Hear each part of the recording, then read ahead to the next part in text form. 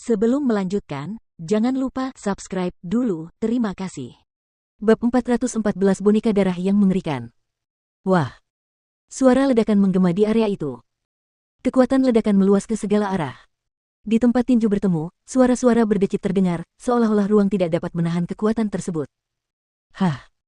Sue Luo menatap boneka itu dengan takjub. Dia merasakan sedikit nyeri di lengannya. Kekuatannya selalu menjadi keunggulan terbesarnya dan membantunya menang dalam setiap pertempuran. Sekarang, dalam pertempuran yang menggunakan kekuatan kasar, dia terluka sementara bonekanya tidak terluka. Boneka itu melancarkan dua pukulan lagi yang sama kuatnya dengan pukulan pertama. Tatapan mata Sue Luo tampak dingin. Dia melambaikan tangannya dan berlari ke arah pukulan itu. Degup, degup. Dua suara ledakan bergema. Sue Luo jatuh ke belakang beberapa langkah sementara boneka itu tetap berdiri di tempatnya. Boneka darah mengalahkannya. Menyaksikan dari bawah, Jian Wushuang terkejut dengan hasilnya. Sue Luo adalah ahli super, terkenal karena pertahanannya. Bahkan seseorang di level penentang surga tidak dapat melukainya. Namun, dia kalah dari boneka itu dalam pertarungan kekuatan itu. Itu berarti boneka itu lebih kuat. Pada saat berikutnya, Jian Wushuang melihat serangan boneka itu lagi. Ledakan, ledakan, ledakan, ledakan. Boneka itu menghujani Sue Luo dengan pukulan, bagaikan badai yang tak kunjung reda. Boneka darah itu tidak cerdas dan menyerang musuhnya hanya dengan meninju dan menyapu kakinya. Namun, meskipun serangannya kurang terampil, ia memiliki kekuatan luar biasa yang membuat Sue Luo takut. Dengan kekuatan seperti itu dan kecepatan yang luar biasa, boneka itu pasti sama kuatnya dengan seorang ahli di tahap 3. Adapun pembelaan boneka, bahkan lebih mengesankan lagi. Saat keduanya bertabrakan, Sue Luo merasakan sakit dan mati rasa. Boneka itu sama sekali tidak terpengaruh. Boneka itu tidak mempunyai keterampilan bertarung namun tetap saja membuat Sue Luo frustrasi dengan kekuatannya yang besar. Aku tidak sekuat dia. Kecepatan saya lebih lambat darinya. Aku bahkan jauh lebih lemah dalam bertahan daripada dia. Saat pikiran-pikiran ini terlintas di kepalanya, Sue Luo kehilangan semua keinginannya untuk bertarung. Siapa sih yang membuat boneka ini? Kok bisa sekuat itu? Gerutunya dengan suara yang nyaris tak tertahan dan tampak marah. Dia tidak tahu bahwa boneka itu diciptakan oleh leluhur pedang, seseorang yang dapat menandingi 3 leluhur. Boneka seperti itu tidak pernah dimaksudkan untuk menjadi petarung biasa. Aku tidak bisa terus seperti ini. Sambil menggertakkan giginya, Sue Luo menatap tajam ke arah Jian Wushuang yang berdiri di dekatnya. Sombong dan mendominasi, dia tidak tunduk pada siapapun di inner area. Dia mengira boneka itu adalah boneka biasa dan tidak menganggapnya serius.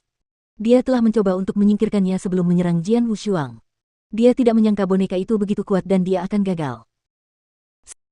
Sekarang, dia tidak punya pilihan lain selain mengubah targetnya ke Jian Wushuang. Karena boneka itu dikendalikan oleh anak laki-laki itu, membunuhnya akan menghentikan serangan boneka itu. Dengan begitu, cincin interspatial dan boneka itu akan menjadi milikku. Setelah mengambil keputusan, Sue Luo melesat dan berbalik meninggalkan boneka itu, menuju Jian Wushuang.